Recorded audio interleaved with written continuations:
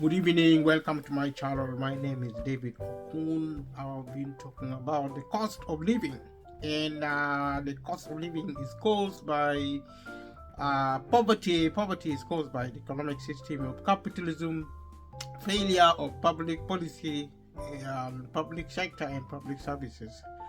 And the majority of the world who works for a living are experiencing poverty and the cost of living crisis everywhere in the world. This time we are looking at the incident of the cost of living crisis in Asia. This is a formality, is a review of material to tell us that what happened in one world happened in another. So we're going through material to do a review and try to interpret this in terms of the cost of living crisis, which is caused by poverty. Poverty is caused by the closure of public sector, the widespread privatization across the globe. We are looking at Asia. Asia is divided into regions: North Asia, Central Asia, West Asia, Northeast, South Asia, and East Asia, the Far East, Southeast Asia. There are various approaches to the regional division of Asia. There are methods used by researchers, by academics, by intellectuals, by various group of people, individuals, and who actually measure where the location of Asia. This is the same with the rest of the world. This division of Asia into regions by the United Nations is done solely for statistical reasons and does not imply any assumption about political or other affiliations of countries and territories. In North Asia, for example, Siberia, Central Asia, for example, the Stans, West Asia, the Middle East, or the Near East, and the Caucasus, South Asia, India subcontinent, and East Asia, Far East. South Asia, East Indies, and in Indonesia. We are looking at the climate of this region: Southeast Asia, East Indies, and Indonesia. The climate, we're looking at the climate of Asia generally. Looking at Köppen, Geisha, climate classification map for Asia. Asia has an extremely diverse climate features. Climate range from Arctic and subarctic in Siberia to tropical in southern India and Southeast Asia. It is moist across southeast section and dry across much of the interior. Some of the largest daily temperatures ranges from on Earth occur in western section of Asia. The monsoon circulation dominates across south and east sections due to the presence of the Himalayas. The Himalayas forcing the formation of a thermal low which draws in moisture during the summer. Southwestern section of the continent are hot. Siberia is one of the coldest places in the northern hemisphere and can act as a source of Arctic air masses for North America. The most active place on Earth for tropical cyclone activity lies northeast of the Philippines and south of Japan. These are all resources of Asia, and it relates to whether or not Asia is rich And if Asia is rich, then the cost of living crisis in Asia would be evidence of economic failure of capitalism, which need correcting by strengthening the public sector. And that is the purpose of this exercise, to show the world that there is enough wealth in the world, and to grow enough food, energy, and the basic necessities, even in Asia, and also in Asia as much as in the rest of the world. We are going to need to improve our system of society and get everyone out of poverty. We are able to do that even in Asia. If you watch this video, watch it with the rest of the videos, because they are connected. We are pretty much talking about the same thing while looking at different countries, because in the beginning of this program I've made a claim regarding globalization. I said there that what happens in one country is replicated across the globe, and that also provide for the global economic system, which is now what is happening, which is a good thing, because if it is successful, it means everyone can travel everywhere without boundaries, without restriction. The immigration problem we now face will go away because of globalization. That is what the final stages of economic organization across the globe, economic and political, and the rest of all sorts of organizations, social, environmental, technological, and security, you name them. All represented under globalization.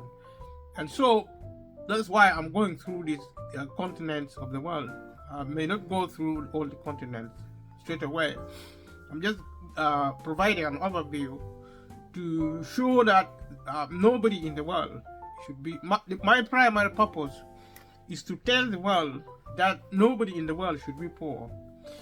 And also the government can be educated culturally to value humanity more than it is doing now. And also the rest of the population can also learn cultural economy, which is actually prioritizing humanity, make humanity priority in terms of valuation, because we are supposed to value everything, because everything is for us, and we are there to look after the world. The world is to be valued, but the prioritization of valuation should belong to humanity, number one, which is a major task now, because we are focused on development in terms of progress, but we have neglected culture. Development means wealth, and including technology, science, knowledge. These are all wealth. Humans are now being seen as a machine for creating wealth and power. Wealth create power, and power create governments and systems of rule. And if we are to be free, we need to now, going forward, to focus on our culture, so that we begin to invest in humanity more than we invest in anything else, including power and rule, so that we begin the long walk to freedom, and also to attain independence from rule, bringing rule to an end, so that people look after themselves freely, shutting down the government, public government, private government. When I say private government, things like big businesses are actually corporate governments, and these are the privatizing of government at the state, which is now happening, which is a good thing. But the problem with capitalism is that we are exchanging public rule with private rule, where accountability by public entities is now being passed over to private entities who will not be accountable, because They will be absolute power, and the rich are getting richer, the poor are getting poorer. And what now happens is that those who are actually rich are becoming less in number. The poor are actually getting poor more in number, and they're also getting poorer. So this divide is going to exclude the majority of the population from accessing wealth and resources, and in the process they are going to die. Because if you cannot access medicine, that is a type of resource, food type of resource. If you cannot access water, that's a type of resource. You can only live 3 days if you don't drink. You last 3 days if you don't drink water. You will die. If you don't drink water in between 3 to 7 days, you're going to be dead. And the future is coming when we may not even be allowed to breathe. If we can't buy air, now for whatever reason, maybe pollution, we need to also manage pollution, because if we don't manage pollution, in big cities and towns, in certain period of time, the air quality is only 60% pure, which is the air which is breathable with enough oxygen. Such that people now take holidays to go into the countryside to breathe fresh air. But this now is going to only be available, these privileges of breathing clean air. The more we pollute the house, the less clean air we're going to have. The more we are going to have to go to the supermarket to buy bottles of oxygen to breathe in order to live. This is maybe in 100 years' time. This kind of situation may be arising.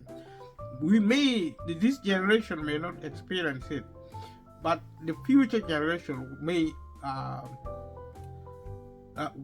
most likely they will be start experiencing it. The reason I'm talking about the cost of living crisis is because it's so easy to focus on the cost of living crisis, but you see, the cost of living is a sign of a deeper problem of politics or an economy. Wealth is concentrated in the hands of the few. This wealth is taken away from the hand of the many. Wealth is now being weaponized as a weapon of mass destruction by the few against the many. So there is a war going on, war of annihilation or extinction. There is a risk, real risk, where the super rich are going to they're going to kill the many. Because the point is, if you don't have access to wealth, you're going to die. That's the bottom line, including medicine. It's happening now because, if you go anywhere, maybe only in Asia, but I think everywhere, because we're talking about capitalism and globalization, fewer and fewer people are now accessing healthcare. In Africa, it's even worse. Africans will die first. Then the Europeans, the Asians will die. Eventually, the poor will die first, the many. The rich will ultimately die, because the reason the rich will ultimately die, because the violence will continue. See, to prevent the majority of the population from accessing wealth, it's a form of violence. Violence is produced because of cultural failure. If we don't learn culture, which is valuing humanity more than anything else, and actually integrate this learning, this new wisdom into our DNA, into our understanding, where we learn peace, we unlearn war and violence. we learn peace and safety. When we do that, if we do that, and I believe very strongly that we will be able to do that, because we are humans, we know when some things have to stop. There are actually a few good people left who will actually succeed in teaching the rest of the world.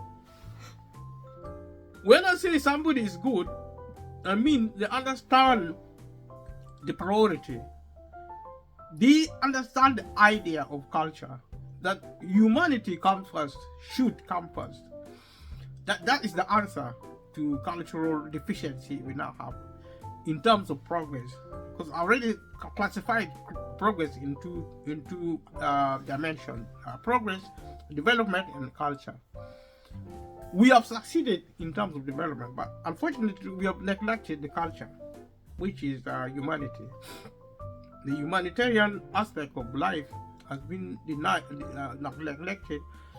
We now are afraid of our lives. Some people actually commit suicide because of fear of themselves, because they are so sad. If you have your loved ones and they don't really live with you, they don't live with you.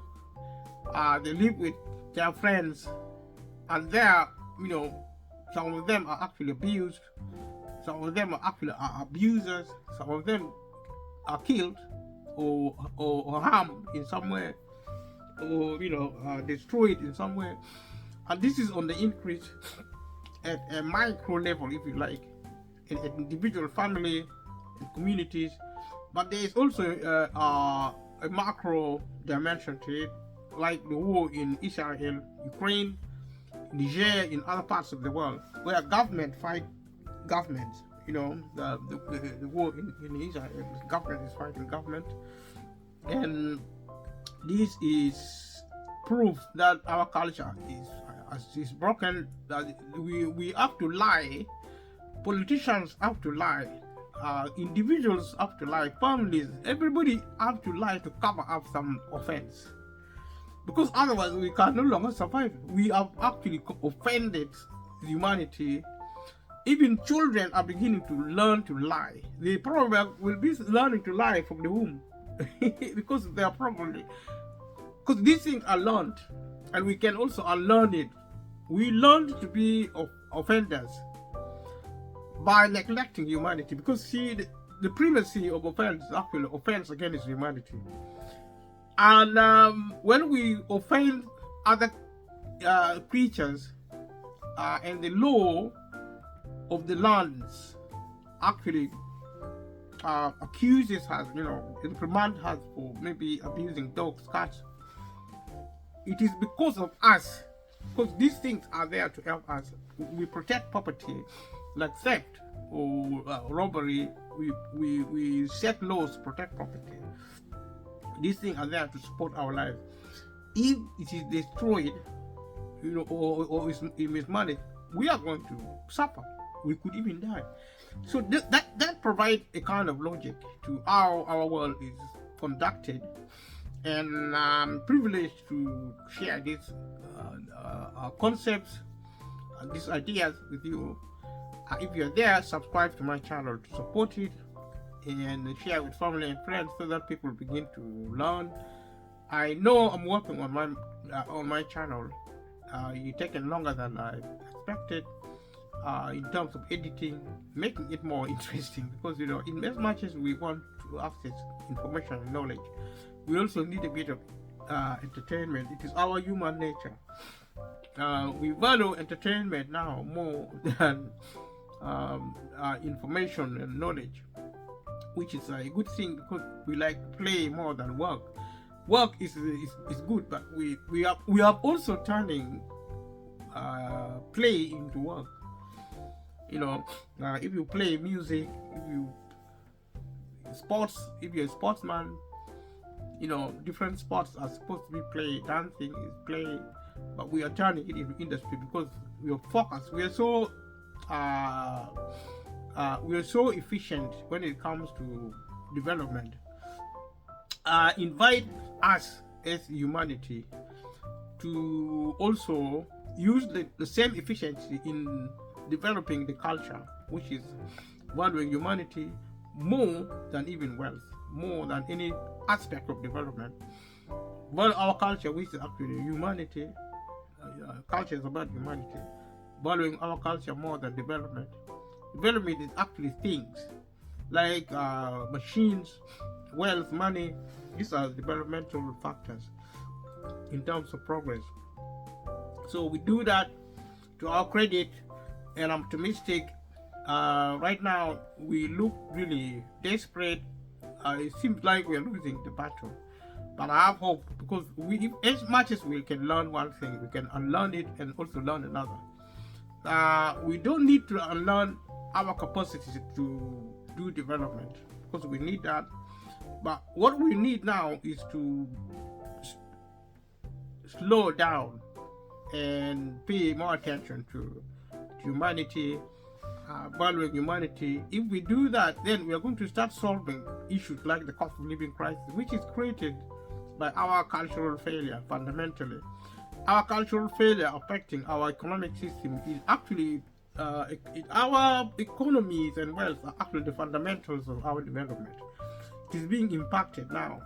We are instead of facilitating humanity or actually benefiting us, we are turning it into weapons of mass destruction. We are using developmental outcomes, resources, as weapons, and sometimes development are actually manifesting as direct weaponry, like nuclear weapons, guns, bombs. We even tools like knives intended for hunting. Intended for domestic use, we are now using it as weapon. So even wealth, money, power, even rule is supposed to manage us in terms of leadership. But we are now weaponized in rule.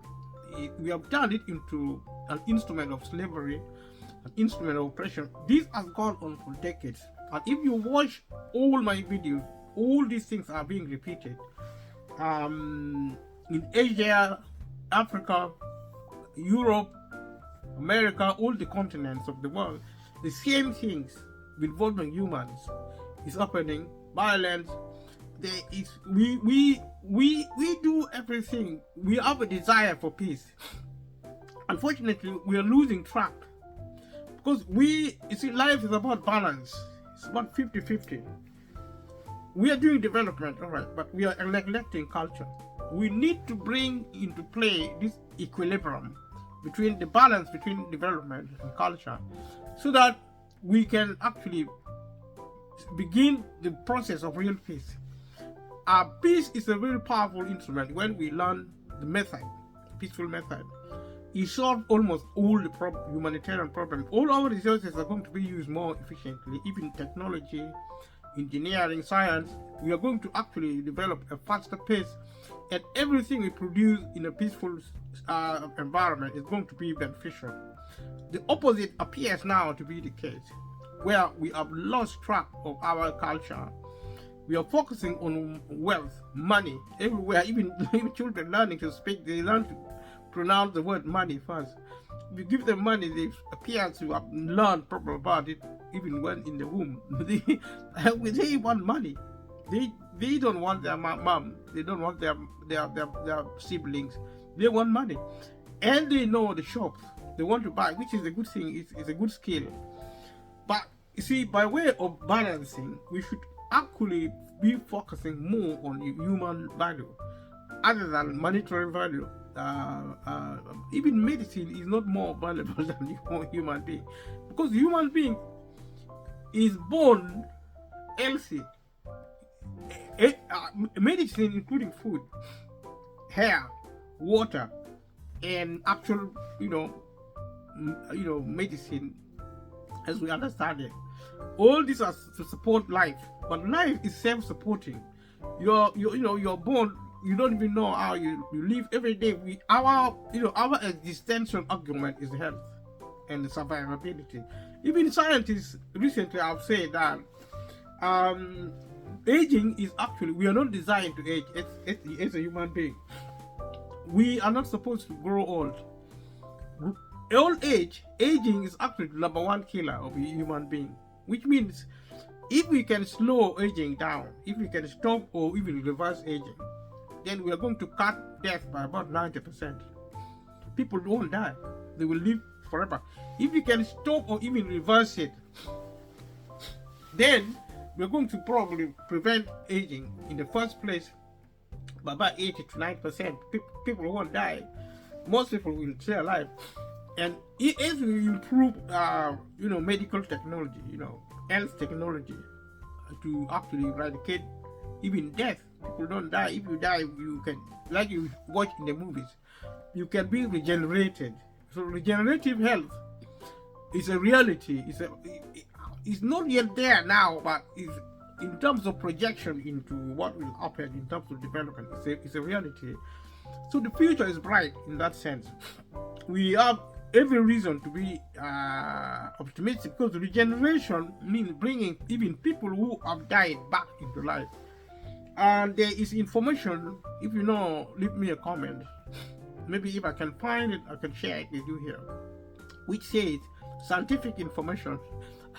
I'm not a scientist, but so excuse my manner. I just say, scientific information, which say everything you see is data, information. It doesn't matter what it is. This computer, the lighting, everything, the chair I'm sitting on, the mobile phone I'm using, the camera is made from materials. These materials are data. There's a possibility that what I speak, the magnet in space, which actually record what I speak, is probably also data, information. If true, information cannot be destroyed as a form of data, which means if we get the proper instrument, we can actually bring the dead back into life. And I believe this is a possibility. I believe this is going to happen. And so we are actually permitted to be optimistic and hope for a better future. So we don't need to be desperate, including death shouldn't actually scare us, if we are confident enough that there is a future involving eternity, which is thing we hear in fictional movies.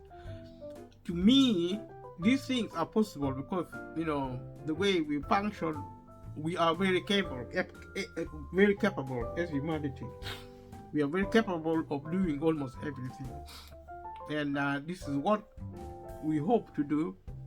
I'm actually talking about development and culture, and I'm saying cultural failure, which is actually valuing or caring for humanity, has relapsed.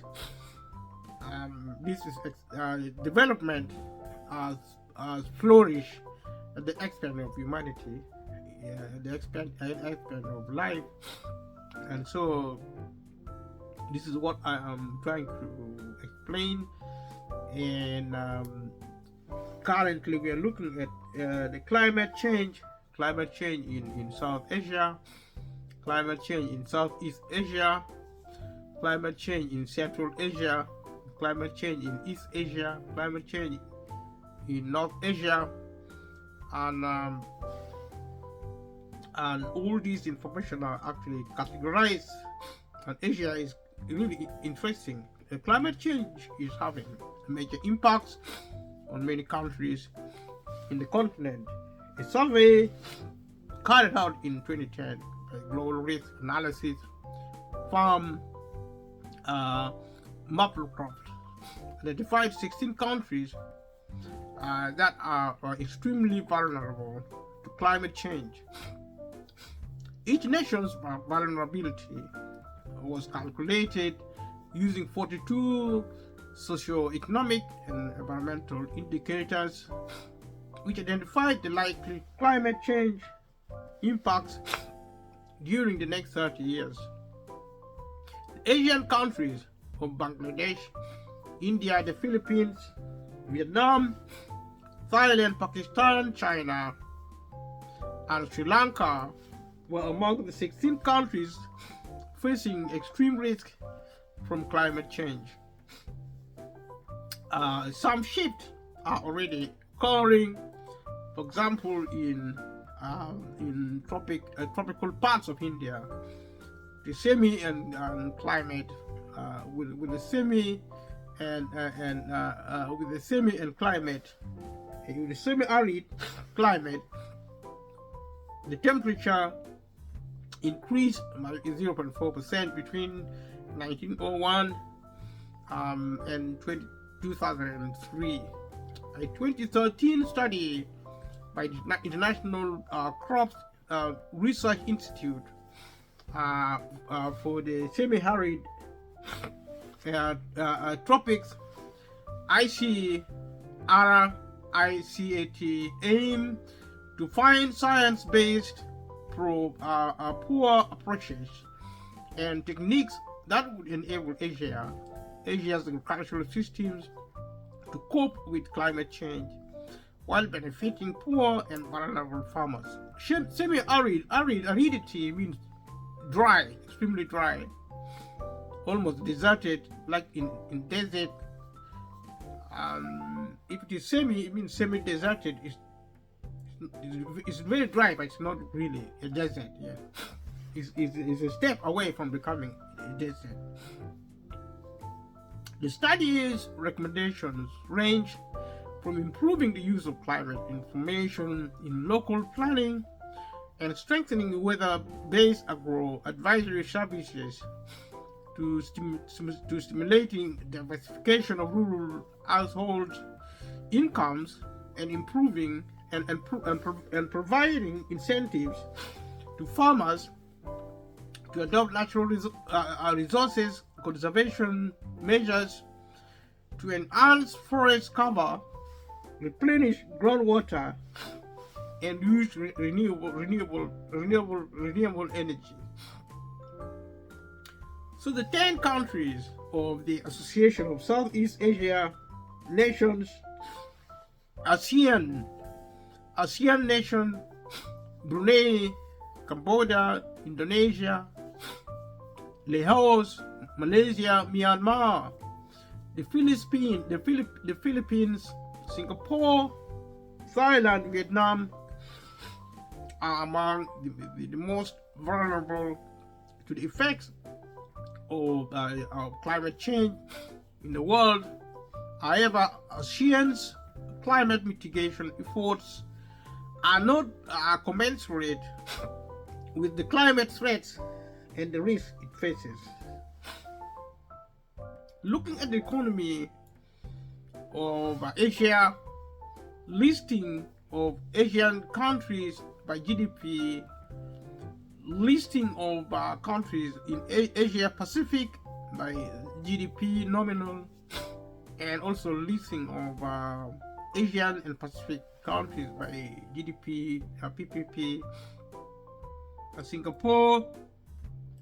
If you've been to Singapore, leave a comment below. Let me know. Singapore, as one of the busiest container ports in the world, and is the world's fourth largest foreign exchange trading center. Asia, as the largest continental economy in the world by both GDP nominal and PPP values, and is the fastest growing economic region. As of 2023, China is by far the largest economy on the continent, making up nearly half of the continent's economy by GDP nominal. It is followed by Japan, India, South Korea, Indonesia, Saudi Arabia, and Turkey, which all rank amongst the top 20 largest economies, both by nominal and PPP values. Based on Global Office Locations 2011, Asia dominated office locations, with 4 of the top 5 being in Asia: Hong Kong, Singapore, Tokyo, and Seoul. Around 68% of international firms have an office in Hong Kong. In the late 1990s and early 2000s, the economies of China and India grew rapidly, both with an average annual growth rate of more than 8%.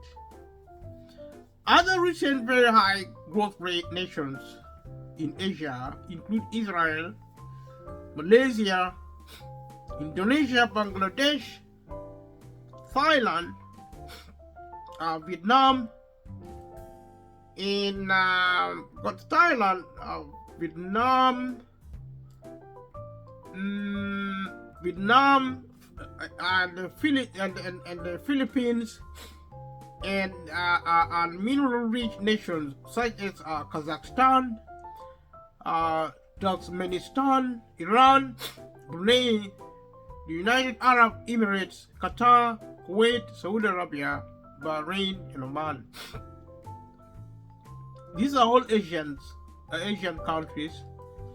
So, in other words, there is a lot of wealth in Asia. There shouldn't be the cost of living crisis if capitalism was not impacting these places. According to economic historian Angus Madison, in his book The World Economy, in millennial perspective, India, the world's largest economy during 0 BCE and 1000 BEC. Historically, India was the largest economy in the world for most of the 2 millennia from the first until the 19th century, contributing 25% of the world's industrial output. China was the largest and most advanced economy on earth for much of the recorded history and shared the mantle with India. For several decades in the late 20th century, Japan was the largest economy in Asia and second largest of any single nation in the world, after surpassing the Soviet Union measured in net material product in 1990 and Germany in 1968. So Asia is extremely wealthy, meaning again that poverty should not actually occur at all. And to just remind our viewers that if I say there should not be poverty in the world, because the world is a very wealthy place in terms of development, in terms of potentials as well. So we can still develop the potentials in the world. The potential wealth can be developed into actual wealth, but actual wealth alone, if it is actually managed properly, effectively, could eradicate poverty from anywhere in the world, including in Asia. And the failure is actually policy and also politics. There is no political will. There is a lot of cultural failure which produce a lot of violence. We are keen to invest in violence, including warfares, and instead of actually working to build peaceful aspects of the economy. But more than that, also the deliberate controlling wealth in order to exclude the majority of the population from accessing wealth is a very evil is satanic actually in terms of motivation, and it's a very evil aspect of humanity, especially if these evil people are actually in power, and they are now weaponizing wealth to literally destroy over 90% of the population. This is a claim I make, because if at this period we can still suffer the cost of living crisis and all the other crises which actually impact wealth of the poor, who are the majority, then there is actually a recklessness or a conspiracy to kill. Take your pick. Which one is it? Why are people in poverty? No one should be in poverty. What I'm trying to explain is that getting out of poverty is different from accessing wealth. Accessing wealth is another story, it's another situation. But what we can do now is get everyone out of poverty now. Not tomorrow, not the day after, now. The government, the world is enough, the world is has enough wealth to get every single person out of poverty. Getting people off our property means they have enough income, they have enough jobs. If the people who are actually capable of work, there should be work available. If the economy cannot support full employment, then there could be a system where income can be made available for those who cannot actually get jobs. And even if people are getting work, if they are not paying adequately, the government should still give them grants. Everywhere, in every continent in the world, including in Africa, Africa should be supported by more wealthy continents, so that Africa can actually help people who need to get out of poverty. There should be strict laws on every nation where there is corruption. The government should be responsible for eradicating corruption within a year. The reason there is corruption because the government has allowed it as a tool of corruption, of oppression. Because the government itself is corrupt, is practicing lawlessness, even if it is in government, because the government has actually failed to learn cultural economy. Cultural economy is valuing humanity. If the government do not value humanity, if politicians don't value humanity, this is what happens. And when I say valuing humanity, it means humans first, and any other thing is to follow. And we are to value every aspect of life, but humans come first. This has failed. It hasn't happened, and because it has failed, so we now have a situation of a very dangerous society we have produced. You see wars across the globe, not to mention Israel and the Arabs, who have always been fighting each other. And Ukraine and Russia. Why is Ukraine fighting Russia? There's no reason at all. Why is Germany, Europe, even Asia? Why is the world sitting and looking at these people to allow them to fight? All they have to do is make phone calls to Putin, make phone calls to Zelensky to say stop fighting. Then they will stop. But the world has allowed these people to fight. And who is being killed? Poor people. Zelensky is not dying. Putin is not dying. Certainly not his ministers or top military officers. They are killing the poor. They are killing the poor. Every war of the world is killing the poor. In the Middle East, children and poor people are being killed consistently. COVID-19, cost of living crisis is killing the poor. Even the financial crash.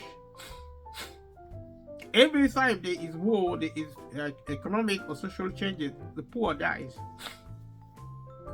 Every time there's natural disaster, poor people die. Rich people actually are not dying. It's as if the society is rigged against the majority of people who are poor to kill them. If there were wild animals, they would be killing poor people. In the past, we used to believe that God had caused poor people, but today most people don't believe in God anymore. So what is their explanation for poor people dying? They should tell us why are poor people dying and rich people are not dying. In the way poor people die, rich people die of, I don't know, maybe certain type of diseases, maybe cancer, stroke. But that is different. They still die. But when war is going on in Ukraine, these wars, if there is a crisis, a social crisis, a pandemic or endemic situation, the poor people are the ones dying. We see with COVID-19, probably 99% of people who died are poor people. You name any disaster, tsunami occurred in Japan and in Asia. Poor people died. The Chernobyl disaster, nuclear disaster, poor people died. Floods happening. you know, fires are burning, poor people are dying, airplanes crashing, poor people are dying. Why? So let us carry with this exercise. For several decades, in the late 20th century, Japan was the largest economy in Asia and second largest of any single nation in the world, after surpassing the Soviet Union measured in net material product in 1990 and Germany in 1968. We should pay attention to a number of supernatural economies, supranational economies are larger, such as the European Union (EU) and North American free trade area (NAFTA) and APEC. This ended in 2010 when China overtook Japan to become the world's second largest economy. It is the forecasted. It is forecasted that India will overtake Japan in terms of nominal GDP by 2027. In the late 1980s and early 1990s, Japan's GDP by currency exchange rates was almost as large as that of the rest of Asia combined. In 1995, Japan's economy nearly equal that of the United States as the largest economy in the world for a day after the Japanese currency reached a record high of 79 yen per US dollar. Economic growth in Asia since World War II to the 1990s had been concentrated in Japan, as well as the four regions of South Korea, Taiwan, Hong Kong, and Singapore, located in the Pacific Rim, known as the Asian Tigers, which are now all considered developed economies, having amongst the highest GDP per capita in Asia. We look at Mumbai as one of the most popular cities on the continent. The city is an infrastructure and tourism hub and plays a crucial role in the economy of India. Asia is the largest continent in the world by a considerable margin, and it is rich in natural resources such as petroleum, forests, fish, water, rich rice, copper, and silver. Manufacturing in Asia has traditionally been strongest in East and in Southeast Asia, particularly in China, Taiwan, South Korea, Japan, India, the Philippines, and Singapore. Japan and South Korea continue to dominate in the area of multinational corporations, but increasingly by PRC and India. The PRC and India are making significant inroads. Many companies from Europe, North America, South Korea, and Japan have operations in Asia's developing countries to take advantage of its abundant supply of cheap labor and relatively developed infrastructure.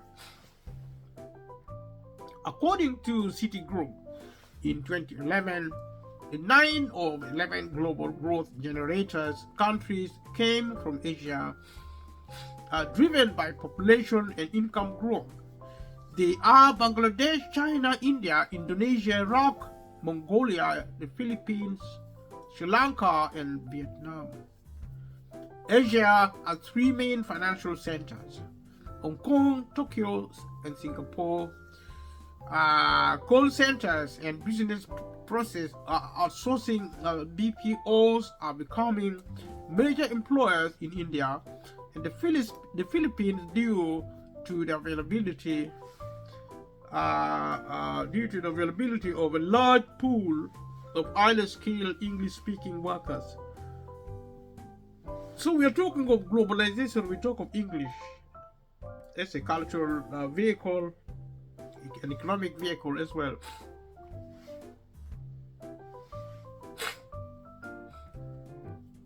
So Asia has three main financial centers: Hong Kong, Tokyo, and Singapore.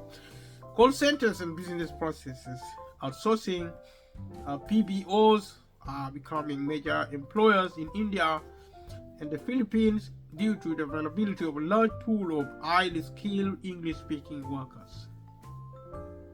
The increased use of outsourcing has assisted the rise of India and China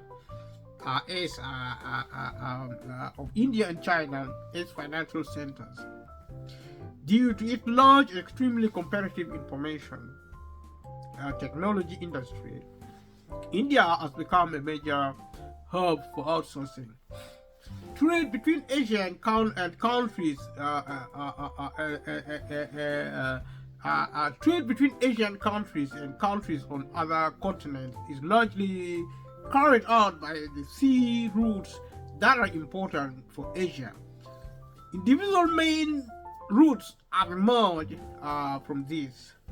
The main route leads from the Chinese coast south via Hanoi to Jakarta, Singapore, Kuala Lumpur, through the Strait of Malacca via Sri Lanka, Sri Lankan Colombo, to the southern tip of India via Mali to East Africa, Mombasa, from there to Djibouti, then through the Red Sea, over the Suez Canal into Mediterranean, there via Haifa, Istanbul, and Athens to the upper Adriatic, to the southern Italian hub of Trieste, with its rail connection to Central and Eastern Europe, or further to Barcelona, and around Spain and France to the European northern ports. A far similar part of the goods traffic runs via South Africa to Europe. A particularly significant part of the Asian goods traffic is carried out across the Pacific towards Los Angeles and Long Beach. In contrast, the sea routes, the Silk Road via the land routes to Europe, on the one hand, are still under construction, and on the other hand is much smaller in terms of scope. Intra-Asian trade, including sea trade, is growing rapidly.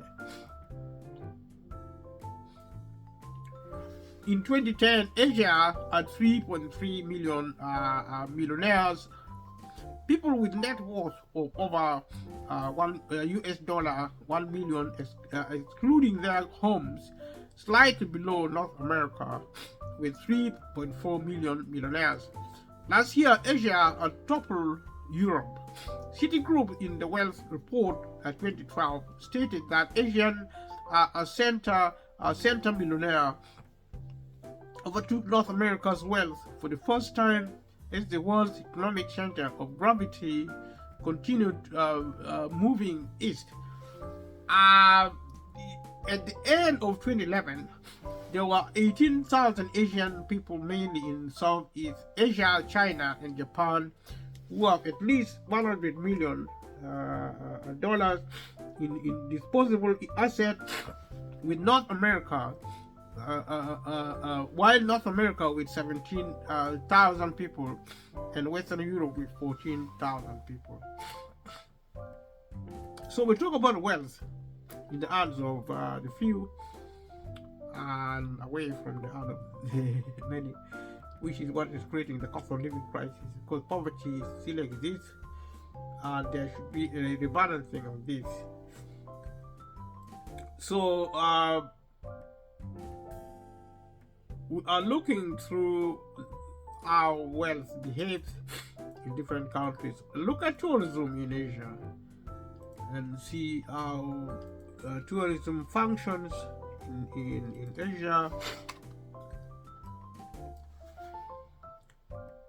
Looking at tourism and seeing how it functions in Asia, and to see how it goes.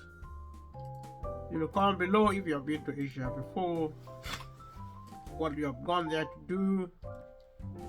And so we say tourism, Wat Phra Kew in the Grand Palace. It's among Bangkok's major tourist attractions. You can also see the categories of tourism in Asia and transport in Asia. These are some of the topics you can consider in this material being reviewed to examine the wealth of the nations and how they are distributed, and also how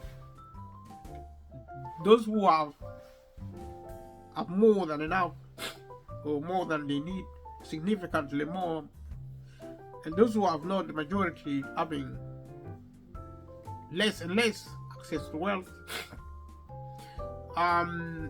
With growing regional tourism, with domination of Chinese visitors, MasterCard has released Global Destination Cities Index 2013, with 10 or 20 are dominated by Asia and Pacific region cities, and also for the first time a city of a country from Asia, Bangkok, set in the top rank, set in the top rank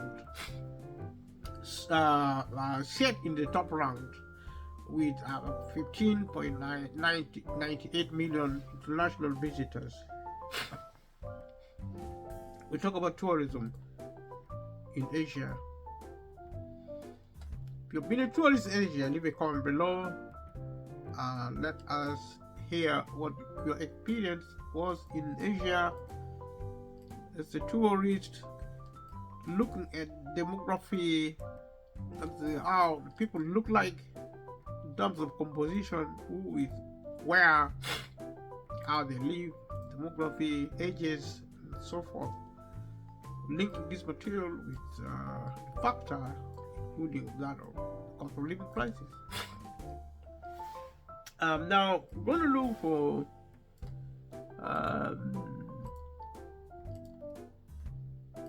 see the information. Let's try to clean it a bit.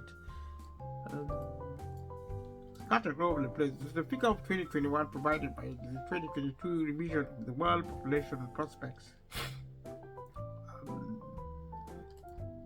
Spare me a second, because seem to have lost the material. The system is just, the laptop is not working very properly. To kind of like so difficult to control it anyway. Sometimes, because I have to control it from there. I don't edit my video, sorry, for now. So I can probably do a thing or two with this. Maybe cut some part of it. Wait and see. So, graph showing population by continent as a percentage of world population between 1750 to 2005.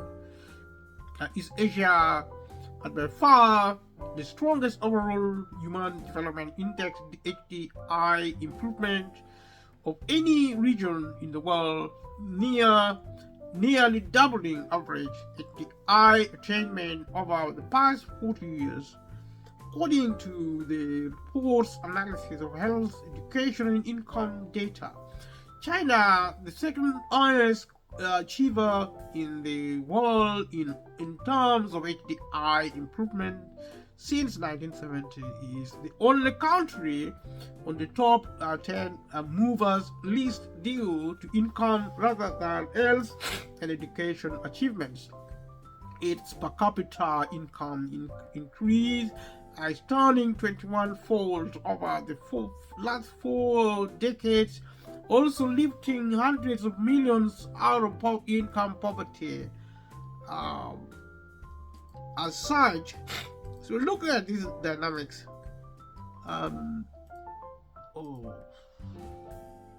It's so ridiculous. So yeah, yet it is not among the region's top performers in improving school enrollment and life expectancy.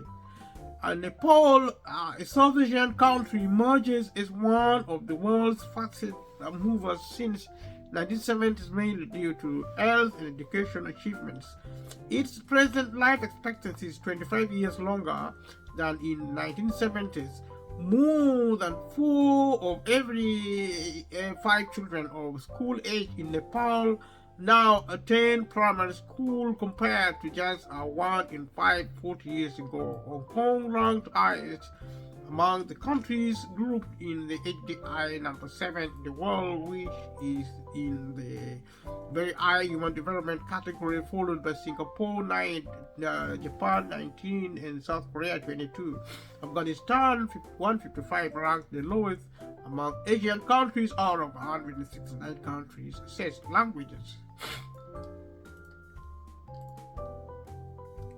The languages of Asia, looking at the languages of Asia. If you know any Asian language, then let me know. Hindu, Gujarati, or Chinese. The language of Asia. Asia is home to several language families and many language isolates. Most Asian countries have more than one language that is native spoken. For instance, according to Ethnologue, more than 700 languages are spoken in Indonesia, and more than 400 languages are spoken in India, and more than 100 are spoken in the Philippines. China has many languages and dialects in different provinces. Let's look at religion of these places. The Asiatic, forming the Asiatic context.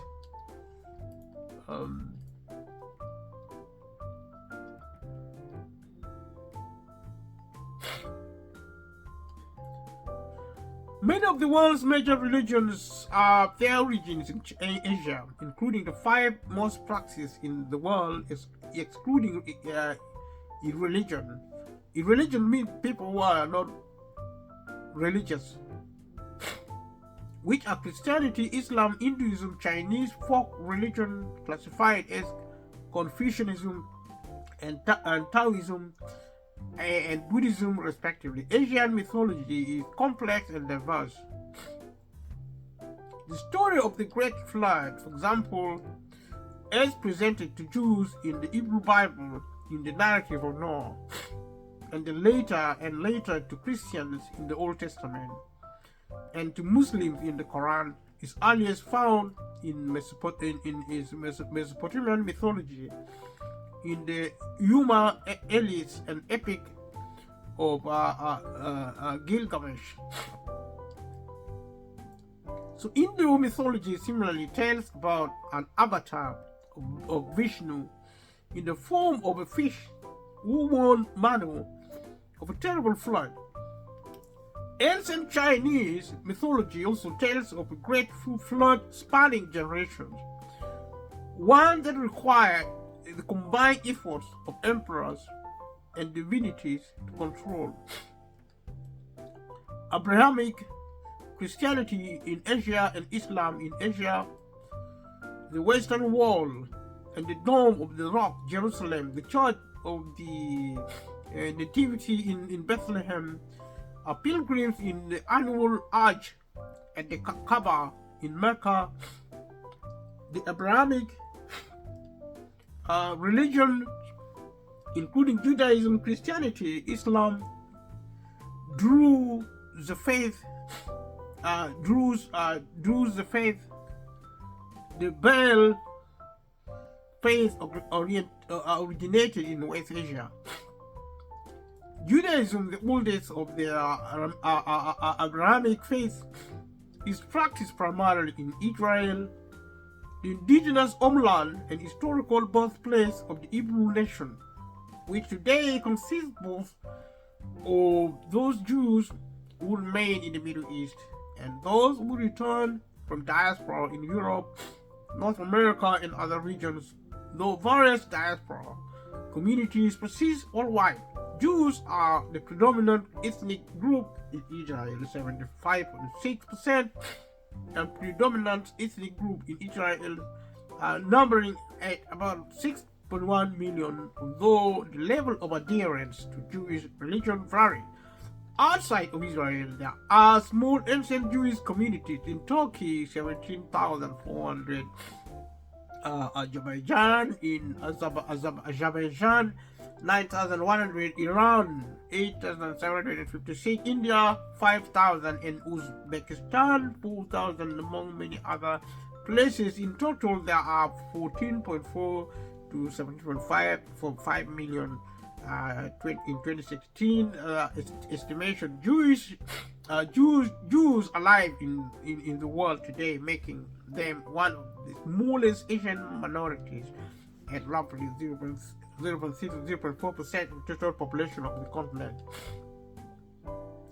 Christianity is a widespread religion in Asia with more than 286 million adherents, according to Pew Research Center in 2010, and nearly 364 million according to Britannica Book of the Year 2014, constituting around 12.6% of the total population of Asia.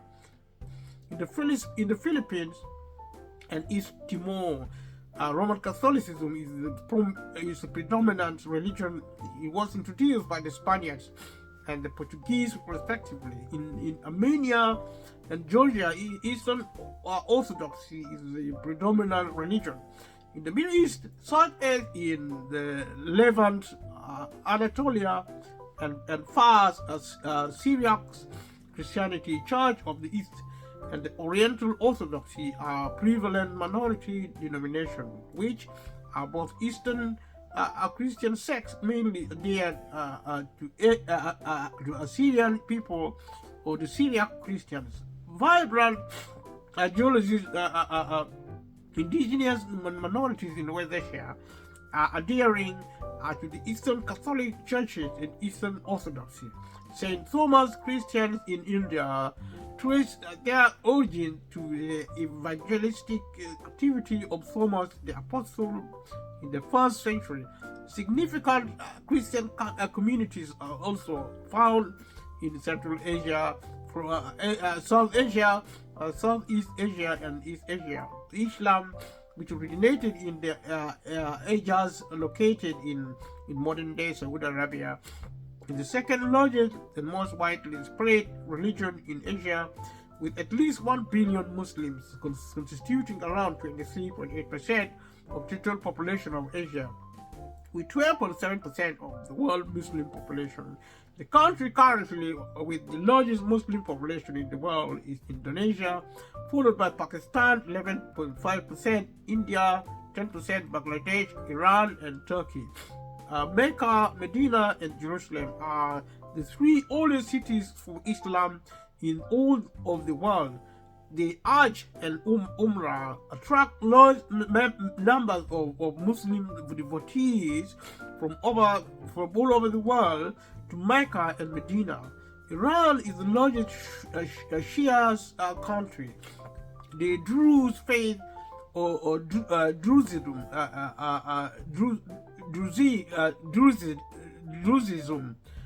Druzism originated in West Asia in the monotheistic religion based on the techniques of figures like Hamza ibn Ali ibn Ahmad and al-Hakim bi Amma Allah, and Greek philosophers such as Plato and Aristotle. The number of Druze people worldwide is around 1 million, with about 45 to 50% living in In Syria, 35% to 40% living in Lebanon, and less than 10% which live in Israel. With recently there where recently there has been a growing Druze diaspora. The Baha'i faith originated in Asia, in Iran, Persia, and spread from there to the Ottoman Empire, Central Asia, India, and Burma during the lifetime of Baha'u'llah. Since the middle of the 20th century, growth has particularly occurred in order to in other Asian countries, because Baha'i activities in many Muslim countries has been severely suppressed by authorities. Lotus Temple is a big Baha'i temple in India. Indian and East Asian religion. The Swaminarayan Akshardham Temple in Delhi, according to the Guinness World Records, is the world's largest comprehensive Hindu temple. Almost all Asian religions of philosophical character and Asian philosophical tradition cover a large spectrum of philosophical thoughts and writings. Indian philosophy includes Hindu philosophy and Buddhist philosophy. They include elements of non-material pursuits, whereas another school of thought from India, Kavaka, preach the enjoyment of the material world. The religions of Hinduism, Buddhism, Jainism, and Sikhism originated in India, South Asia. In East Asia, particularly in China and Japan, Confucianism, Taoism, and Zen Buddhism took shape. As of 2012, Hinduism has around 1.1 billion adherents. The faith represents around 25% of Asia's population and is the largest region in Asia. However, it is most concentrated in South Asia. Over 80% of the population of both India and Nepal adhere to Hinduism, alongside significant communities in Bangladesh, Pakistan, Bhutan, Sri Lanka, and Bali, Indonesia.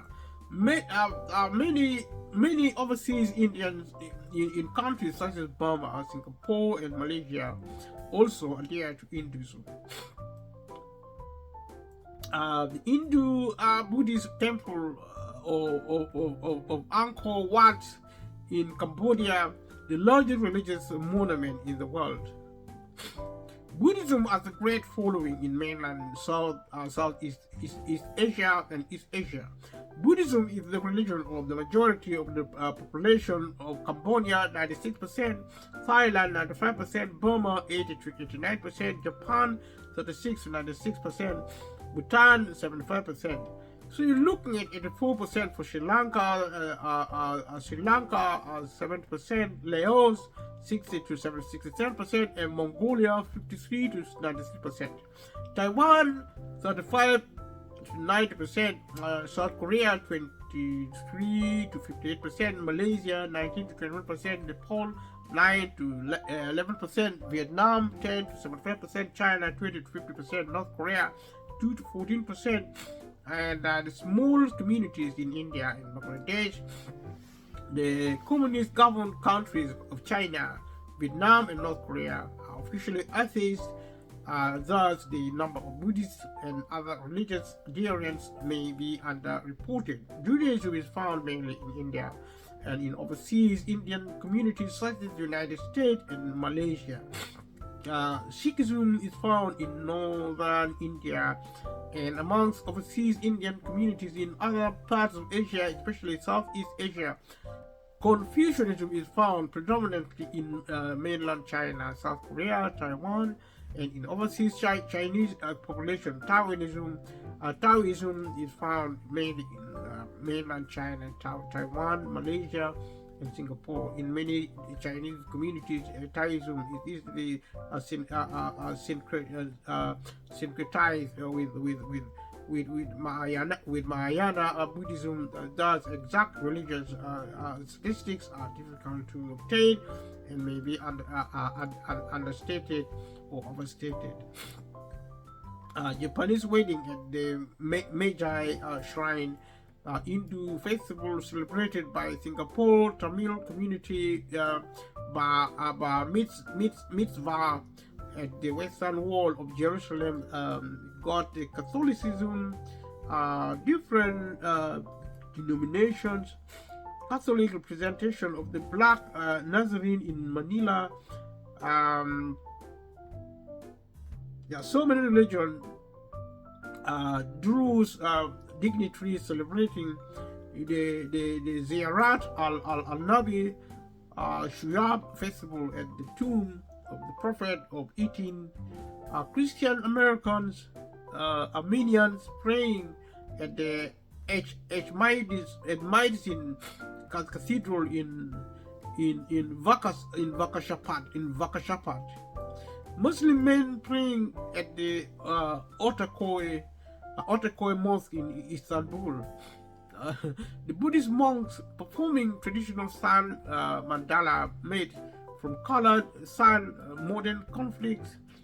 We'll look at modern conflict next time we meet, and we are going to stop this process here. We've been looking at Asia and looking at different aspects of life in India, but our focus is actually looking at resources of the world, especially wealth, and also the system of politics, including history and contemporary development, so that we establish factually that around the world there is enough wealth. The development has really prospered. Go to every country, there are development, substantial development in every part of the world, and that also means that because our intention primarily is to establish by facts that there is no need for anyone to be poor in the world, as we see with the cost of living crisis. And I've said at the outset that my interest to look at the cost of living crisis is so that we establish factually that there is enough wealth, the world is enough. There's no need to exclude any part of the population, whether deliberately or recklessly. And that is what is happening at the moment. There is poverty in the world. The majority, 90%, live in poverty, and they suffer the cost of living crisis. And this is what I am on about. And thank you for watching this video. Leave a comment below if you know anything about things I've been discussing, and subscribe to this channel, and leave a comment below and let me know what your thoughts are, and see you in the next video. Thank you so much for your help today and being with me. You know, we are making progress, and thank you so much. See you in the next one. Thank you. Bye bye.